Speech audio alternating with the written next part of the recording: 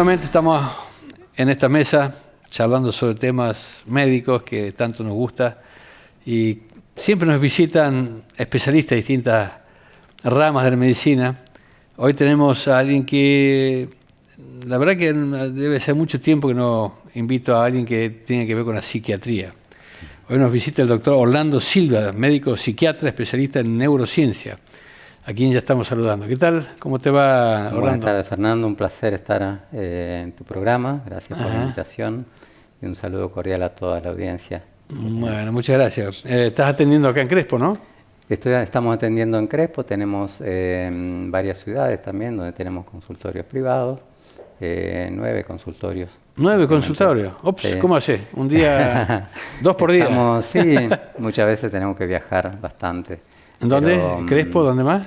Tenemos en Ramírez, tenemos en Viale, María Grande, Asencam, en Seguí, acá en Crespo, en Paraná, Valle María y Libertador San Martín. Ajá, mira. ¿Y vivís en dónde? Y vivo en Libertador San Libertador San Martín. Sí, sí, sí. Hermosa ciudad vecina acá de Crespo, ¿no? Sí, sí, sí. Muy bien. Cuando uno habla de psiquiatra, bueno, vamos a hacer alguna distinción entre psiquiatra y psicólogo, ya me va a estar explicando un poquito. Pero te voy a preguntar, antes que nada, ¿no es cierto?, ¿cuáles son las patologías o trastornos más comunes que tiene una persona y que hacen falta a un psiquiatra? Nómbrame algunas. Los trastornos de ansiedad. ¿Ansiedad? Sí, es lo más común que tenemos. Sí.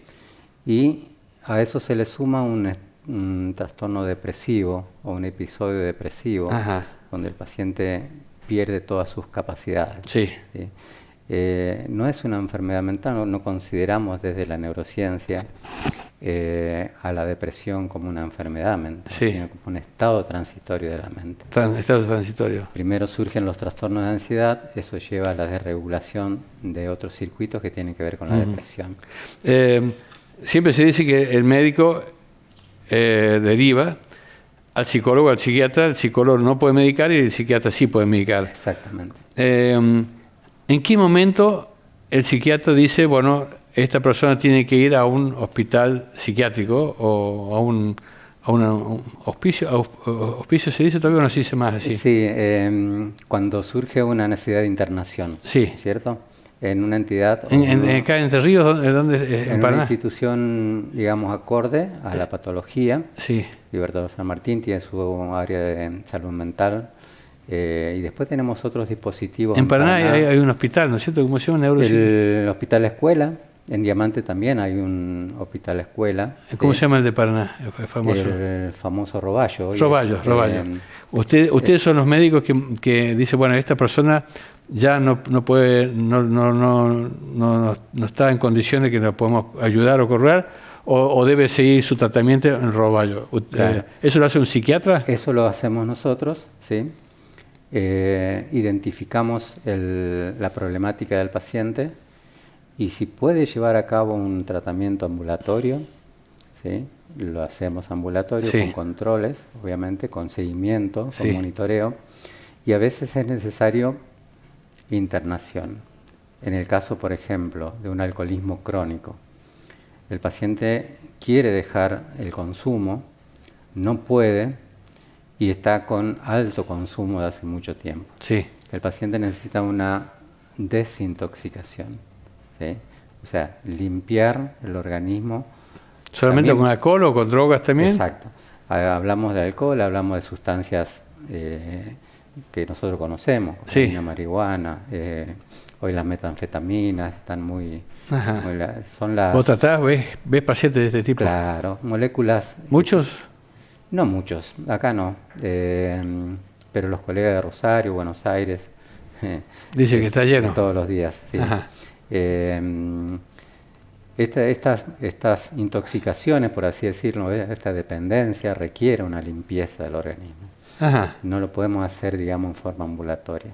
Entonces, estos dispositivos que están preparados para eso, internan al paciente, el paciente se desintoxica y después está en condiciones de llevar a cabo un tratamiento ambulatorio. Ajá. Sería la deshabituación. Sí, y hay personas que no, que tienen que estar mucho tiempo en un... Cuando el paciente quiere dejar el consumo, ya sea de cualquier sustancia o del alcohol, inclusive el cigarrillo, ¿sí?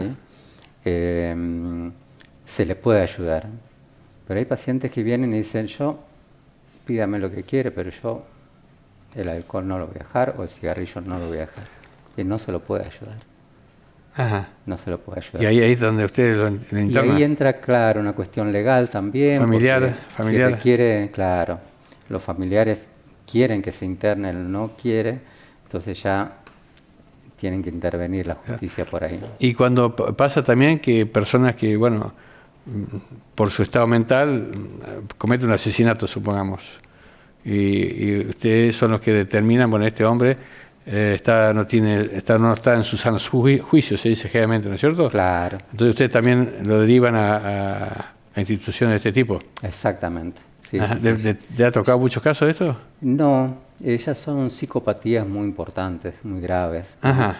¿No las tratás? Sí, las tratamos, pero hay trastornos de personalidad, por ejemplo, los trastornos de personalidad psicopática, los antisociales, los narcisistas, tienen otro tipo de abordaje interdisciplinario, ¿sí? No es una medicación o no es una internación nada más, porque ya hay una cuestión que tiene que ver con, primero, una base molecular y después hay una desorganización de la conducta, del comportamiento, hay un descontrol de los impulsos, ¿sí? Todo eso tiene que ver con estos circuitos que hablamos que la mente funciona en red a través de circuitos neuronales. Esos producen esa desregulación y producen trastornos en el comportamiento, en la conducta. Los casos que dicen, no, esto no tiene solución, hay que internarlo, ya sea porque sea un asesino, ya sea porque sea una persona no histérica, mucho más, ¿no es cierto?, con una persona muy que no está en su sano juicio, como se dice generalmente, ¿no es cierto? ¿Hay muchos casos de eso? Estas sí son problemas muy graves que están en instituciones, ¿sí? Por ejemplo, en la colonia de salud mental de acá de Diamante hay muchos. ¿Hay muchos? Que ya tienen un cuadro más severo, ya hay una desorganización importante. Es difícil de ayudar médicamente. Sí, y a veces irreversible. ¿Otros casos depresivos también? ¿La depresión? No, normalmente los pacientes que por ahí tienen ideación suicida, hablamos de un paciente que tiene, una planificación para hacerse daño. Sí. ¿Sí? ¿Te ha tocado casos así? Sí, muchos. ¿Te ha tocado casos de donde vos has querido ayudar y un día te dicen, no, esa persona se ha suicidado, se ha quitado la vida? ¿Has tenido casos? Claro, el paciente viene o traído por los familiares y el paciente está refiriendo, ya no quiero vivir más. Ajá. Toma pastillas, lo salvan, se cuelga y le saca la soga, cosas de esos casos. Lo que hacemos es interrogar bien al paciente. Sí. ¿Sí? ¿Te harías daño? Sí. ¿Cómo lo harías? Y bueno, mi papá en mi casa tiene un revólver. Bueno, ese paciente tiene un alto riesgo, ¿sí? Un riesgo cierto o inminente se llama, y hay que internarlo, no se lo puede dejar ir. Entonces, en la internación tiene un tratamiento, ¿sí?, especial y se lo cuida, se lo resguarda al paciente. ¿Con medicamentos? Con medicamentos, con tratamientos psicológicos. ¿Chaleco de fuerza se usa? ¿Cómo? ¿Chaleco de fuerza, como se ve en las películas, se usa? Ya no casi. ¿No? Ya no casi. Por ahí ciertos episodios maníacos o brotes maníacos, brotes psicóticos, el paciente está con un descontrol muy importante del comportamiento en la conducta y no se lo puede controlar. Entonces, lo que llamamos contención física, ¿cierto? Ya no se usan más los chalecos de fuerza. No. La pandemia aumentó mucho los casos. Aumentó mucho. No paramos de trabajar en pandemia. No pararon de parar, ¿no? ¿Cuánto más viste vos reflejado tu requerimiento? ¿50, 100, 200, el doble? 50%. 50% más. Es lo normal. Sí. Nos afectó a todos en diferentes maneras y la verdad que... ¿Hay gente que no se recuperó? Hay gente que ha tenido, digamos, muchas secuelas emocionales, psicológicas. Muchas secuelas, ¿sí? Hay gente que murió, paciente tuyo que por la pandemia, por el encierro, por falta de contacto, ¿ha fallecido? ¿Sí? A veces es difícil identificar si fue por una enfermedad, digamos, relacionada al COVID o digamos, un empeoramiento de su patología de base, sí, o desencadenó en la pandemia otra patología. Pero los trastornos mentales en la pandemia se agudizaron mucho. ¿Sí? Sí. Bueno. ¿Qué recomendación le hacía a la gente para que cuide su mente? ¿Qué recomendación? El cuidado de la mente es algo que nosotros hablamos mucho del cuidado de nuestro cuerpo, ¿no? El corazón, los pulmones, cuidar nuestra salud física. ¿Cómo cuidamos nuestra mente? A la población general yo les aconsejo que cuando sienten un trastorno de ansiedad, sienten ese nerviosismo interno, sienten que su corazón se acelera o normalmente no pueden dormir. ¿Sí? El paciente que no puede dormir es un paciente que va a desencadenar en algún momento un trastorno de ansiedad y va a haber una desregulación de otros circuitos que tenemos. No dormir. Aparte es letal para las neuronas el no dormir bien. No dormir bien. Hablamos de una calidad de sueño, ¿sí? No hablamos de... Porque un paciente puede dormir 10 horas y su mente no descansó. Entonces ese circuito que está involucrado con el tema, con la calidad del sueño está desregulado. ¿Qué otra recomendación le podemos dar a la gente? Bueno, eso cuando le pasa eso tiene que ir al médico, por supuesto. ¿Qué otro consejo importante? Bueno, una buena alimentación equilibrada, no hablamos de un extremo, ¿no es cierto? La actividad física aeróbica, ¿sí? Es muy importante porque genera endorfinas y las endorfinas también modulan todo el estado de ánimo, la ansiedad. Y la hidratación, ¿sí? El tomar mucho líquido es muy importante porque el agua también es ansiolítica, pero una hidratación adecuada de la mente y del cuerpo, eso es salud. Porque todas las reacciones químicas, básicamente el 80-90% de las reacciones químicas de nuestra mente tienen como sustrato el agua. ¿Sí? Si estamos deshidratados, ahí estas reacciones químicas no se pueden realizar correctamente. ¿Dormir poco afecta? Sí. No dormir mal, pero dormir bien, pero poco. Eso no es bueno y no es normal. Hay pacientes que dicen, yo estoy acostumbrado a dormir 3-4 horas y ando súper bien. No, eso no es normal. Se recomienda entre 7... Yo gran parte de mi vida he dormido 4 horas solamente. No es bueno, Fernando. Pero acá estoy. Sí, porque uno no lo nota al principio. Pero cuando pasa el tiempo... Yo puedo cumplir 72 años, ¿eh? Y el 80% de mi vida estás bien. He dormido poco. Lo que pasa poco. Que, ¿cómo vamos a llegar a los 70 y 80? ¿No es cierto? O sea, hoy estamos espléndidos, pero ¿cómo nos proyectamos a una calidad de vida, ¿no es cierto?, más allá de los 70 años. Vamos a ver. Demasiada actividad. Pero dormimos bien, dormimos bien, profundo. Generalmente, no siempre, pero generalmente sí. Está bien. Entonces, la calidad del sueño, factor importantísimo. La actividad física aeróbica, ¿sí?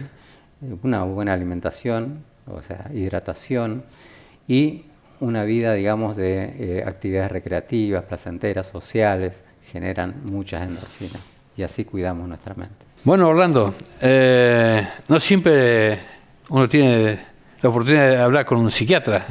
Recién le decía a mi secretaria, me voy al psiquiatra y ya vengo enseguida. ¿Cómo se va al psiquiatra? ¿Qué le pasa? No, es un entrevistado, le digo. Orlando, un amigo. Vamos a charlar un poquito sobre la psiquiatría, sobre la neurociencia y otras cosas. Exactamente. Ajá. ¿Hace cuántos años que estás como... primero es médico, después... Exacto. Terminamos la carrera, hacemos la especialidad. ¿En dónde hiciste carrera? Empezamos en Rosario. Ajá. Terminamos acá en la villa. ¿En qué año? 2000, más o menos 2001. 2001. Cuando fue la crisis. Ahí estamos. En medio de la crisis estaban todos locos ahí justo te recibiste. Ahí terminamos la carrera y después hicimos la especialidad. Sí, sí. Y hicimos después la parte de posgrado en Buenos Aires, universidad privada. Y, o sea que terminaba, ¿en cuál fue la especialidad? La especialidad es psiquiatría, seguimos siendo psiquiatras. O sea, te recibiste de psiquiatra. Exacto. ¿Y después qué hay? Y después tenemos un posgrado en neurociencia. ¿Neurociencia? En neurociencia. Sí. ¿Cuántos años eso? Y son 3 años. 3 años. Sí, 3 eso lo hiciste en Buenos Aires. Exacto, en la universidad privada. Bueno, vamos a definir primero la psiquiatría, para los televidentes, ¿no es cierto? Bueno, la psiquiatría como nosotros la conocemos, sí. Como que quedó un poco en la historia, ¿no? Esas personas que tenían problemas o enfermedades mentales. Sí. Hoy la neurociencia es una nueva disciplina dentro de la neuropsiquiatría que involucra también otras especialidades médicas, como la neurología, como la psicofarmacología o la neuropsicología, ¿sí? ¿Qué hace la neurociencia o qué nos dedicamos? Al estudio de nuestra mente, cómo funciona nuestra mente. Nuestra mente funciona circuitos neuronales, a través de circuitos neuronales que trabajan en red, ¿sí? Cuando hablamos de circuitos hablamos de millones de neuronas que están, digamos, tienen una morfología, tienen una función y tienen un target donde actúan. Estos circuitos son muy sofisticados, son muy complejos y son muy vulnerables. ¿Estamos hablando del cerebro? Estamos hablando del cerebro, cómo funciona nuestra mente. Sí. ¿Sí?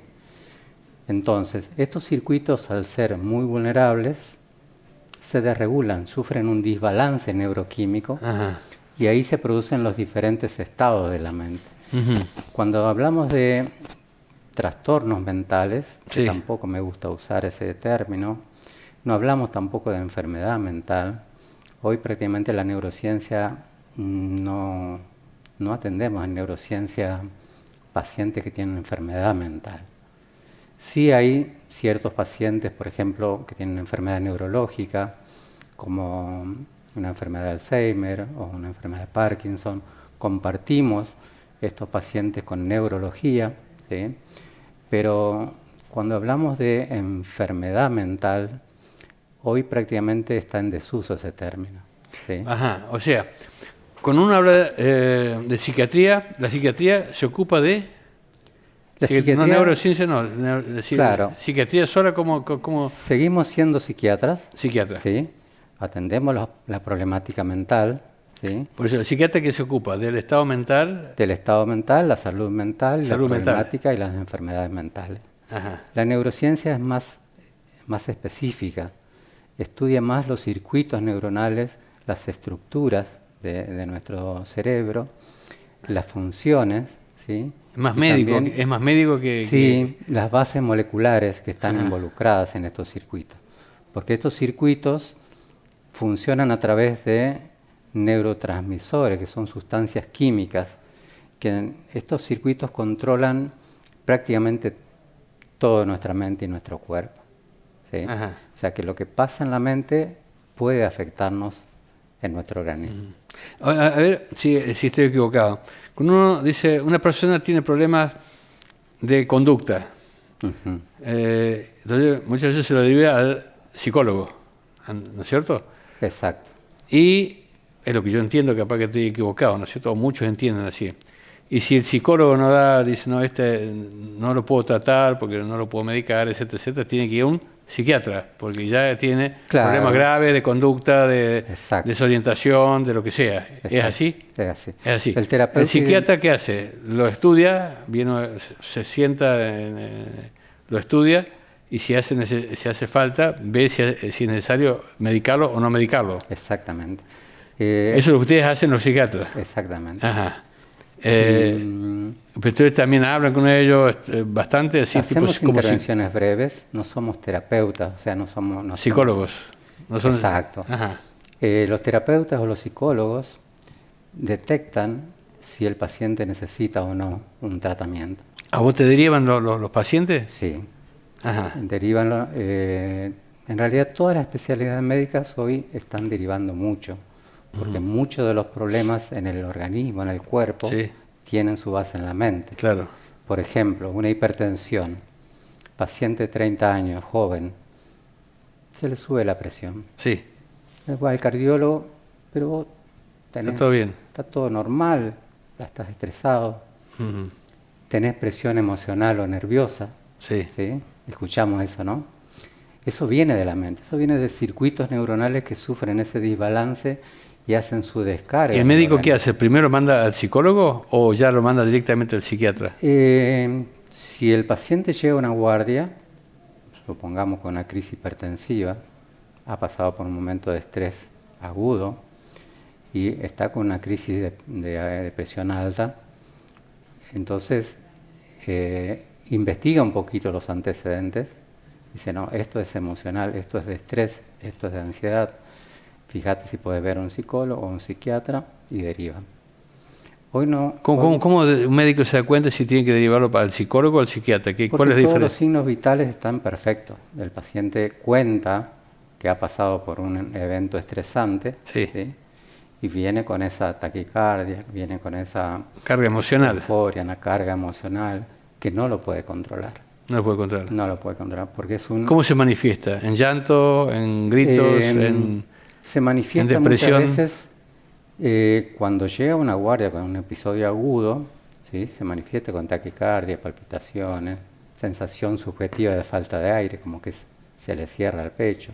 Puede haber un dolor muy similar al dolor precordial, cardíaco, pero el médico detecta enseguida que es algo que es emocional o nervioso, como decimos, ¿no es cierto? Y a eso nos dedicamos nosotros, al control de estos circuitos que hacen descargas anormales en diferentes órganos, no solamente el corazón.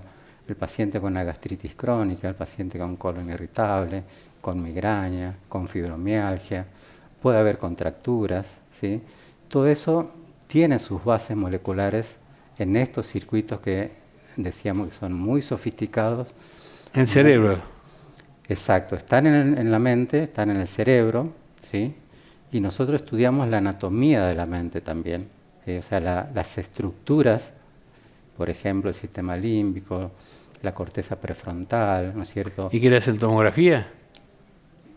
Claro, o sea, a veces es necesario hacer tomografía o resonancia cuando sospechamos algún otro evento. Por ejemplo, un paciente que ha tenido un evento vascular cerebral, ¿sí? Un ACV, como le dicen. Obviamente estudiamos y ese paciente puede desencadenar un trastorno mental, ¿sí? Más un ACV es que es un derrame cerebral, ¿no es cierto? A veces es isquémico, a veces es hemorrágico, a veces transitorio, leve, que no deja secuelas. Pero lo más importante es, para nosotros, cuando vemos una imagen de un encéfalo, un cerebro, vemos las estructuras que están involucradas o dañadas. Podemos determinar ciertos trastornos que pueden haber, digamos, o desarrollar más adelante. Entonces, compartimos con neurología pacientes que tienen, digamos, un episodio neurológico y desencadena un trastorno psiquiátrico o mental, ¿no? Entonces, hoy la neurociencia estudia estos circuitos. ¿En base a qué estudia? Disculpe que por ahí hago preguntas así, le interrumpo, ¿no? ¿En base a qué? En base a libros. No, sí. No, pero si usted me tuviese que estudiar a mí, ¿qué es lo que hace primero? ¿Me manda a hacer una tomografía para ver cómo está mi circuito? ¿O hablando usted se da cuenta? ¿O haciendo qué? Porque usted me dice, habla de los circuitos neuronales y todo lo más. ¿Cómo los estudia eso? Claro, eso no hay un estudio que revela que hay un cuadro, por ejemplo, una depresión, ¿sí? Estudios psicométricos de psicología, por ejemplo, un psicodiagnóstico u otros test que se hacen determinan ciertos trastornos de ansiedad, ciertos estados de ánimo, ¿sí? Pero nosotros nos basamos más en la clínica, ¿sí? El paciente viene, cuenta cómo es su vida, lo que está pasando, qué es lo que ha pasado en estos últimos días. Y por la clínica uno sabe que está con un trastorno de ansiedad, que es lo más común que nosotros ¿Y en ese vemos. caso qué hace? ¿Usted lo medica? No de entrada.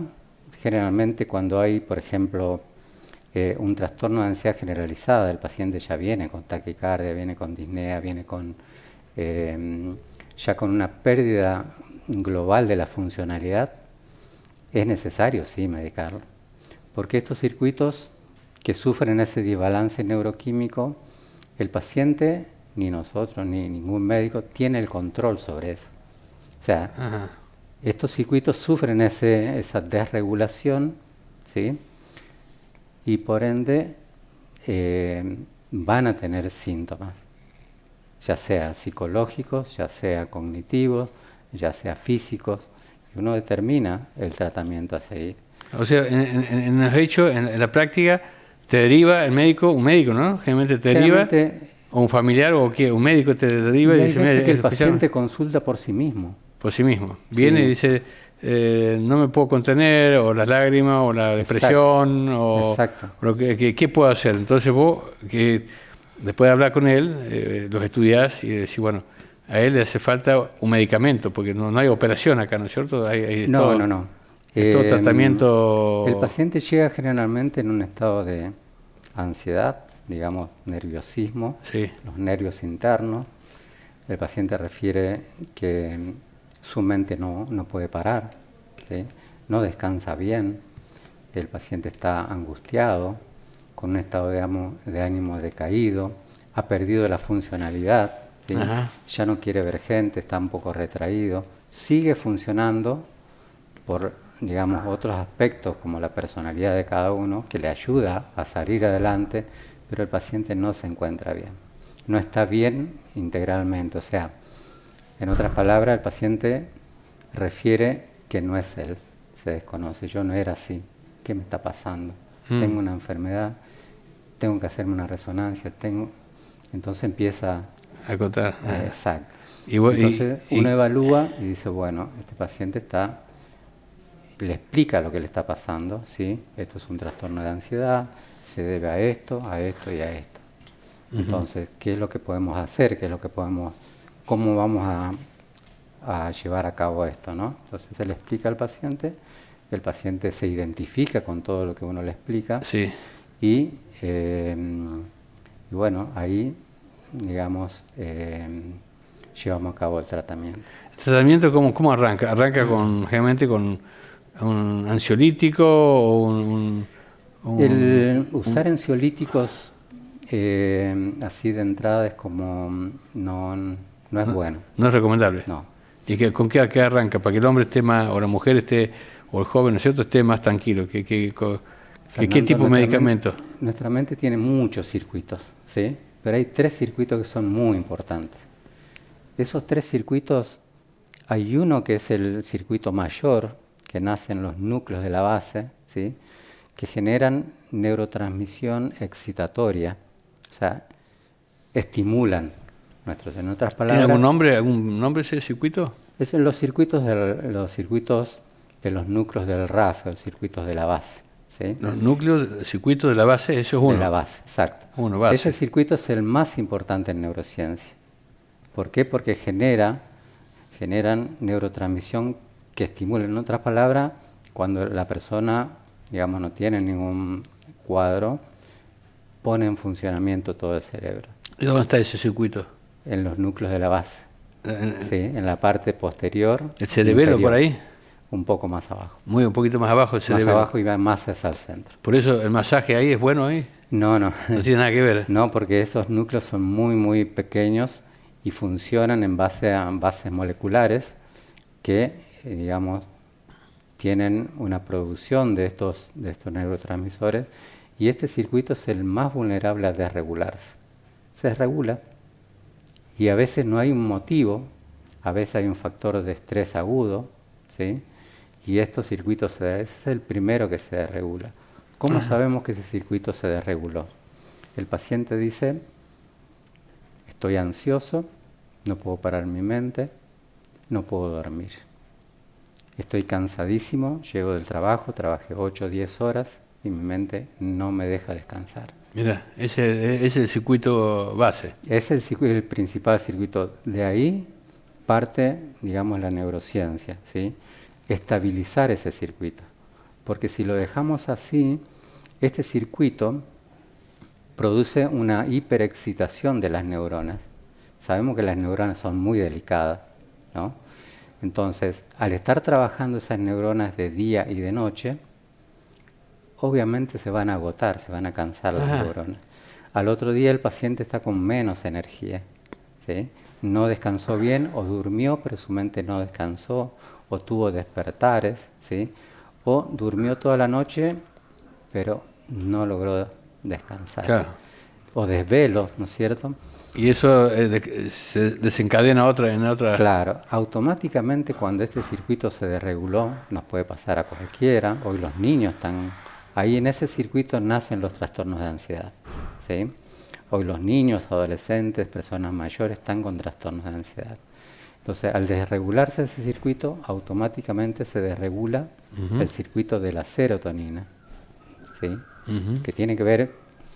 La serotonina cumple muchas funciones muy importantes en nuestra mente y en nuestro organismo. Es la hormona de la felicidad, la conocemos así, ¿no? La serotonina, junto con la oxitocina y la dopamina, nos producen bienestar, y también las endorfinas. Esto es otra, digamos, para otro tema, otra charla. Lo que hace la serotonina, además del control de nuestro estado de ánimo, de nuestro humor, de nuestra impulsividad, hay pacientes que no pueden controlar sus impulsos, ¿sí? Controla nuestras emociones. Toda la faceta emocional del paciente está controlada por una estructura que está en el sistema límbico, que es la amígdala cerebral. ¿Qué? Amígdala cerebral. Amígdala cerebral. Sí, tenemos las amígdalas que están acá, sí. amígdalas palatinas. ¿Y la otra dónde está? Y la otra está en el cerebro, Cerebro. ¿sí? En la parte interna, medial interna. ¿Sí? ¿Y eso que ahí se hincha? Adentro, claro. ¿Qué pasa aquí? Cuando la serotonina está desregulada, sí. ¿sí? Nosotros por ahí digamos, decimos serotonina baja sinónimo de depresión. No siempre es así, porque el paciente puede tener serotonina baja sin depresión, ¿sí? Y cuando hablamos de depresión tampoco hablamos de enfermedad mental. ¿Y cuando falta serotonina se puede inyectar? ¿Hay una pastilla, alguna cosa? Claro, están los reguladores de la serotonina, los ¿sí? nuevos inhibidores selectivos de la recaptación de serotonina. Por ejemplo, ¿qué? ¿Hay un medicamento conocido, típico? Tenemos muchos ¿Cuál es el nuevos. ¿Cuál es el más usado? El más usado es el escitalopram, la sertralina, la paroxetina, la venlafaxina. Hay muchos, todos con diferentes perfiles de acción, ¿sí? ¿Y eso qué hacen? Y esos modulan o, digamos, hacen que la serotonina haya más circulación, o sea, más transmisión de serotonina entre neuronas. ¿Y el paciente se siente mejor? Y el paciente se siente mejor. Ajá. ¿Eso es medio inmediato o son muchos meses, días, semanas? Lo bueno de la neurociencia también es que estos cuadros de la mente, porque no son enfermedades, ¿sí? Son estados transitorios de la mente. La depresión también es un estado transitorio de la mente. No es que una persona tiene una depresión y va a ser de por vida. Toda, no. Es un estado transitorio de la mente reversible. ¿Qué falta ahí? De todo lo que usted explicaba, ¿qué es lo que le falta? ¿Serotonina? En realidad no falta serotonina. Serotonina hay abundante en la mente y en el cuerpo, ¿sí? Pero se recapta mucho.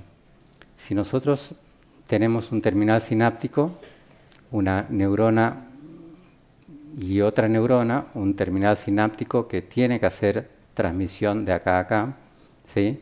Entonces se liberan las moléculas de serotonina. Pero en la membrana presináptica hay unas bombas de recaptura. Claro. Yo no sé si el el televidente puede llegar a entender esto, porque usted habla con palabras médicas y uno se queda medio... Los médicos acá que también hablan de, digamos, con términos... Es difícil, ¿no? Es difícil de entender, pero más o menos le voy siguiendo. O sea, no transmite lo que tiene que transmitir de una neurona a otra, más o menos sí. Sí, se vuelca serotonina y hay unas bombas que la mete de nuevo adentro, a las vesículas. Se recapta. Entonces esas bombas que están en la membrana... claro.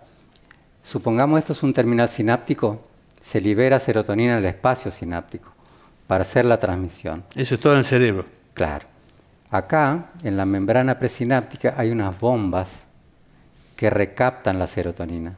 Las meten de nuevo adentro y no hay transmisión. Entonces no hay serotonina circulando. ¿Qué hace esta medicación nueva? Por eso se llaman inhibidores selectivos de la recaptación de serotonina. Porque acá en el espacio sináptico se liberan muchos neurotransmisores. Pero estas moléculas nuevas, ¿sí?, lo que hacen es inhibir, o sea, bloquean las bombas de recaptura. Claro. Y entonces hay mayor circulación. El paciente... Ese es uno, ¿no? Me dijo que había 3 circuitos. Uno es la base, que genera todo este tipo de no enfermedades, sino estado de ánimo, ¿cierto? El primero generan los trastornos de ansiedad, la dificultad para dormir bien, el cansancio físico y el cansancio mental. Sí. El paciente que no descansa bien va a tener una fatiga, ¿sí? Sí. Que primero es física, mental y después pasa a ser emocional. Claro. ¿Sí? Entonces, al desregularse el circuito de los núcleos de la base, desregula el circuito de la serotonina y ahí, bueno, hay otros términos muy... ¿Por qué pasa eso? ¿Solamente por un problema emocional o porque falta alguna vitamina o un mineral o alguna cosa? Es todo anímico. A veces hay un factor identificable y a veces no. Se cree que la desregulación del circuito principal, ¿sí?, hay un componente genético muy importante. Nosotros heredamos la predisposición a que ese circuito en nosotros se desregule más fácilmente. Pero a veces hay un factor de estrés, claro, ¿sí?, agudo. Eso, un circuito es ese, la base. El segundo circuito, porque si no se me nos va el tiempo. Es el de la serotonina, que tiene que ver con las emociones y el estado de ánimo. Serotonina. Exacto.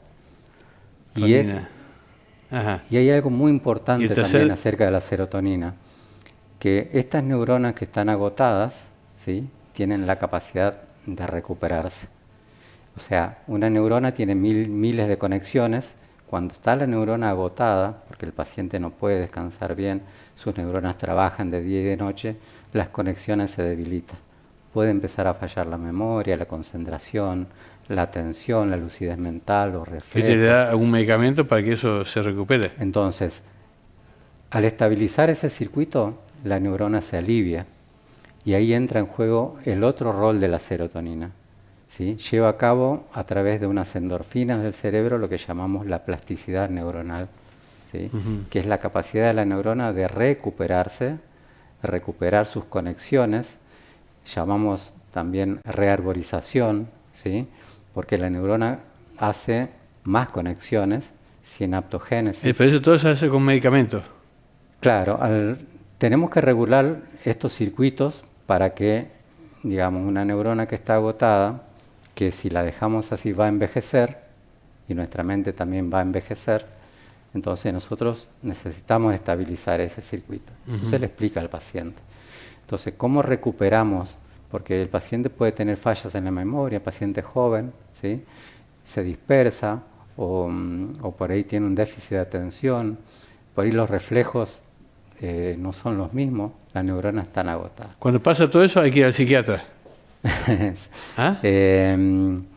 Nosotros lo que recomendamos es que cuando hay una alteración del sueño, de la calidad del sueño, tanto en el inicio, o sea, un trastorno del sueño de conciliación y de mantenimiento, no usar ansiolíticos, ¿sí?, porque el ansiolítico hace un efecto quizás contrario al que queremos. Hay gente que dice que no puedo dormir, tomo una pastilla. Tomo clonazepam, por ejemplo. Sí. Eso no es bueno.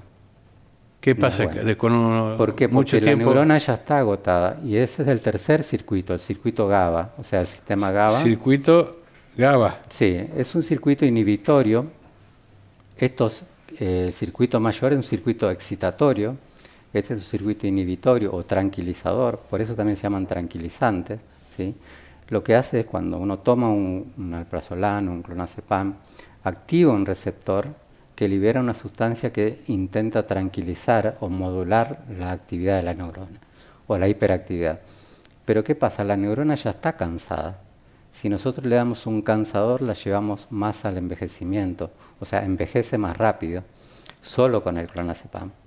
Hablamos de... Dígame otro nombre, porque hay otros nombres más. Alprazolam, clonazepam, midazolam... ¿Alplax? Alplax es el alprazolam, ¿sí? El ribotril, que es el clonazepam, ¿sí? El trapax, que es el lorazepam, y muchos otros que actúan en ese circuito. ¿Qué pasa cuando una persona toma años eso para dormir?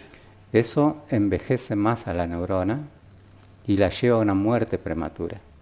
O sea que el cerebro envejece más rápido. O sea, cuando alguien toma mucho tiempo ansiolíticos, sí, puede morir mucho tiempo antes. Claro, porque nosotros tenemos que el circuito mayor está desregulado, ¿sí? La neurona está cansada, está agotada, sus conexiones están debilitadas. Nosotros le damos un clonazepam, un alprazolam, y obviamente la cansamos más porque es un aplacador de la neurona, ¿sí? Entonces lo que nosotros necesitamos es estabilizar los tres circuitos, especialmente el circuito principal, el circuito mayor. ¿Sí? Eso es la neurociencia. Hay muchos términos, por ejemplo, la plasticidad neuronal. ¿Cuánto tiempo, si uno toma, por ejemplo, 10, 15 años para dormir, ¿no? Un medicamento para dormir, cuánto tiempo puede reducir la vida de la persona? Lo bueno de la neurona, Fernando, es que tiene una gran capacidad de resistencia y una gran capacidad de recuperación. Hay pacientes que tienen estos problemas hace 20 años, sí, y tienen la capacidad de recuperarse 100%. Y también es si deja de tomar. Bueno, ahí hay que estabilizar los tres circuitos, ¿sí? A veces es necesario suspenderlo, poner un estabilizador y poner un buen regulador de la serotonina. Las neuronas comienzan a recuperarse, digamos, el árbol dendrítico, las conexiones comienzan a crecer y los receptores comienzan a encenderse.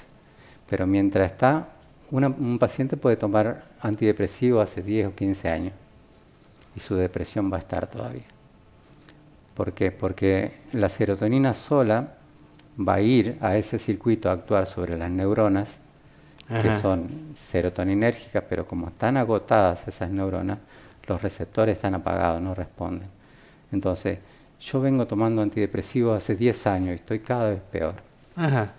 Entonces, las moléculas de serotonina tienen que actuar sobre receptores. ¿Y qué tiene que hacer ese hombre? Bueno, justamente lo primero que nosotros hacemos es estabilizar el circuito mayor. ¿Con qué? ¿Con medicamento? No se puede hacer de otra manera. ¿Solamente medicamento? Sí. Porque hay un desbalance neuroquímico del cual... Pero una persona que hace 10, 15 años que está tomando medicamentos para dormir y usted le saca eso... No, se le saca de golpe. Hay otros medicamentos que se pueden usar para ir discontinuando, porque ya, si hay mucho tiempo de uso, ya hay una dependencia, ¿sí? Eso también es lo negativo de usar tantos ansiolíticos, porque hay una dependencia psicológica y hay una dependencia física también. Entonces se discontinúa esa medicación con otros fármacos, ¿sí? Se coloca un estabilizador, las neuronas se alivian, comienzan el proceso de plasticidad. ¿Cuánto tiempo lleva eso? Es de rápido control, Fernando. ¿Sí? ¿Cuánto tiempo? 2 o 3 semanas el paciente... O sea, vos a la gente que toma antidepresivos o ansiolíticos, vos decís que con un estabilizador, que será un medicamento, eso se puede mejorar. Exactamente. Y dejar de tener esa dependencia. Lo que pasa es que muchas veces el circuito GABA es importante también. O sea, cuando el paciente está tomando hace muchos años antidepresivos y ansiolíticos, hay que tener cuidado, porque ver la molécula que está usando, ver las dosis, ¿sí? Y obviamente reducirla paulatinamente estabilizar el circuito mayor y volver a las dosis. ¿Reducir paulatinamente cuántos meses o cuántos años? No, la reducción se va monitoreando cada 2 o 3 días, ¿sí? Lo que nosotros buscamos es mejorar la calidad de vida del paciente, ¿sí? O sea, su funcionalidad general, su funcionalidad global, y tratamos de que el paciente tenga una buena funcionalidad en todos sentidos. No le vamos a dar medicamentos que por ahí van a andar medio mareados, o no funciona así la neurociencia.